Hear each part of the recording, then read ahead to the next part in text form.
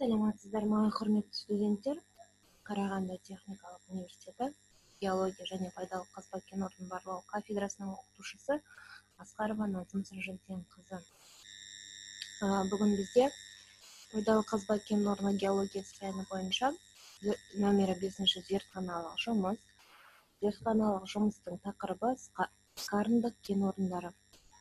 Зертханалық жұмыстың мақсаты скарындық кен орнындағы элементтің геологиялық құрылымын оқып үйрену.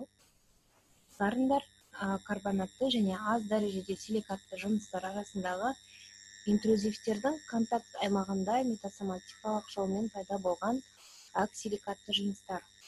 Бағалы минералды шикізат оларда жинақталған кезде скарындық пайдалы қазбалар пайда болады. Бастапқы жыныстардың құрамы бойынша скарындар 3 түрге бөлінеді. Бірінші, әктасты ауыстыру кезінде пайда болған әк скарындары ең көп таралған типоморфты минералдар, гранаттар және пироксиндер.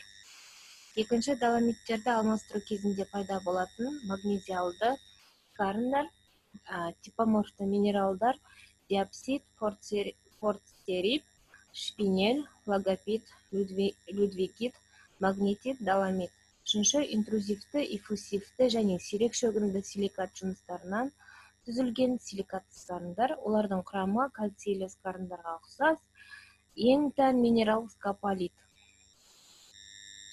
Гипабиссалды фацияның скарындарын қалыптастыру диапазоны 1-4 км, мезоабиссалды 4-15 км және абиссалды 15 км және одан да көп. Скарындарға тән кендену 200-500 градус температурада пайда болады.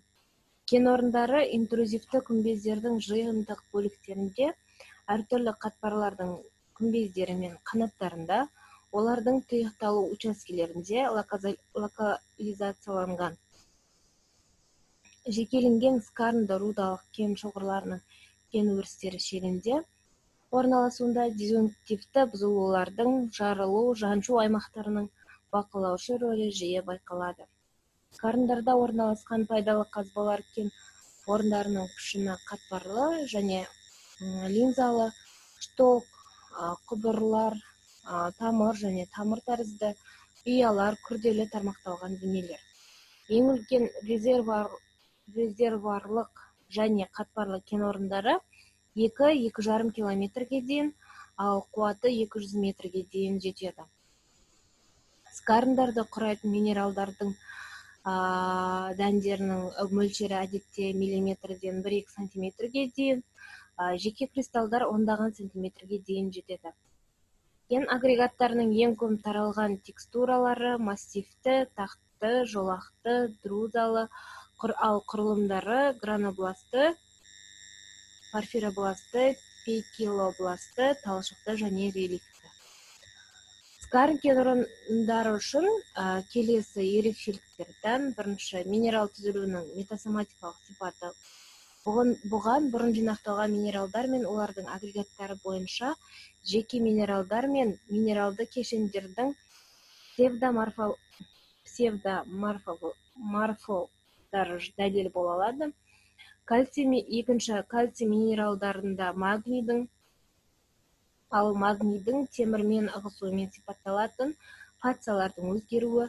Үшінші, интрузивпен жанасудан бағыт бойынша аймақтық құрылым. Байланыс жойылған кезде флагоклаздардың, гранаттардың, пироксиндердің құрамы өзгереді. Төртінші, енгізілген заттар құрамының өзгеруіне байланысты скарындардың пайда болуындағы сатылық. Темір, кобальт, мыс, вольфрам, молибден, қорғасын, мырыш, алтын, қалайы, бериллий, скандий, ниоби, сирек кездесетін элементтер, торий, уран, графит, витерит, пьезокварц қорлары бойынша ең маңызды кен орындары. Магнезиалды скарындық кен орындарының типтік өкілдері темір рудалары, бор, флагопит, хризотил, асбест және таль кен орындары болып табылады. Силикат скарындарына андалузит, силимонит және кианит, флагопит, лазурит, корунд, рубин және сафир кен орындары кездеседі. Скарындық магнетит кен орындары геосинклинальды вулканогендік шөгінді кешендермен шектелген. Олар негізгі және орта құрамдағы вулканиттермен, құрамында ақтас, доломит, ақ туфы және туфит қабаттары бар. Скарындық магнитик кен орындарының пайда болуының міндетті шарты вулканогендік шөгінді қабатына гранодиориттардың жоғары негізділігі немесе сілтілігі интрузияларын енгізу болып табылады. Бұл интрузивтерді енгізу терең ақаулар аймақтарында болды. Кен орындарын локализациялау терең бұзылулармен байланысты пластикалық және жарылу бұзылыстары жүйесімен бақыланады. Кен денелерінің формалы тұрақты емес, желілі қатпарлы. Бірінші суретте Горо-Благдат кен орнының схемалық геологиялық қимасы берілген. Молибденит шиелитті скарындық кен орындары платформаларда тектономагмалық активтену процестерінде және қатпарлы жерлерде қалыптасады. Олардың пайда болуы ликократтық калий граниттермен байланысты. Олар карбонатты және алюминий-силикатты жыныстардың байланыс аймақтарында орташа құрамдағы эффузивтердің арасында аз кездеседі. Скарындар күрделі пішінді кен орындарын, сондай-ақ тамырларды, линзаларды, ұяларды және пласт тәрізді денелерді құрайды. Кен орындарының ұзындығы бірнеше шақырым, қуаты бірнеше метрге дейін жетеді. Екінші суретте Индичке кен орнының геологиялық бөлімі берілген.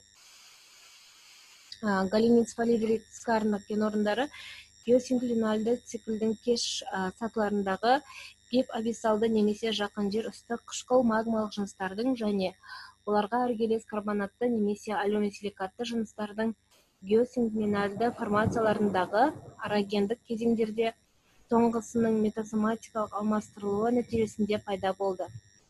Скарындардың ішінде гранат, пироксен, родонит-пирит және волластонит сорттары бар.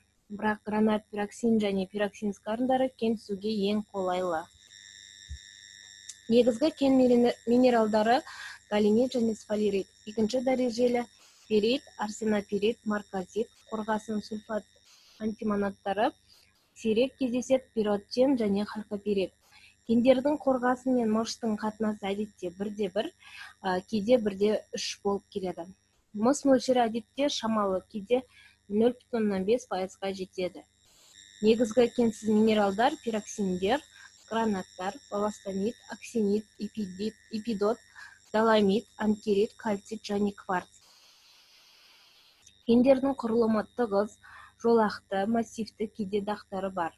Құрылымдары ұсақ және ірі түйіршікті, көбінесе жақсы қалыптасқан друзадан үлкен кристалдардан тұрады.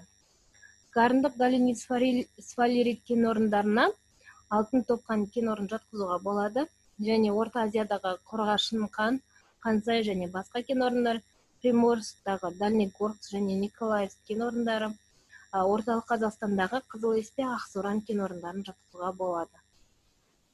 Үшінші суретте алтын топқан кен орынның геологиялық қимасы көрсетілген. Халькопиритті скарынды кен орындары гранит интрузияларының экзоконтакттарында олардың ақтас және ақтас терегенді жыныстармен шекарасында локализацияланады. Сиятын тау жыныстары да гранитоидтарда скарындауға ұшырайды. Өнеркәсіптік кен шоғырлары әдетте интрузиялармен байланыстардан бірнеше 100 метр қашықтықта экзоскарындар аймақтарында орналасады. Скарындардың арасында гранат, пироксин гранат және пироксин айырмашылықтары бар.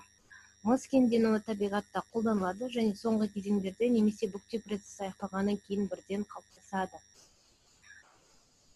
Тапсырманың орындалу реті скарындық кен орындар тау жыныстарының құрылымдық бүтіндік ерекшеліктерін атаңыз. Екінші, берілген кен орындар бойынша кестені толтырыңыз.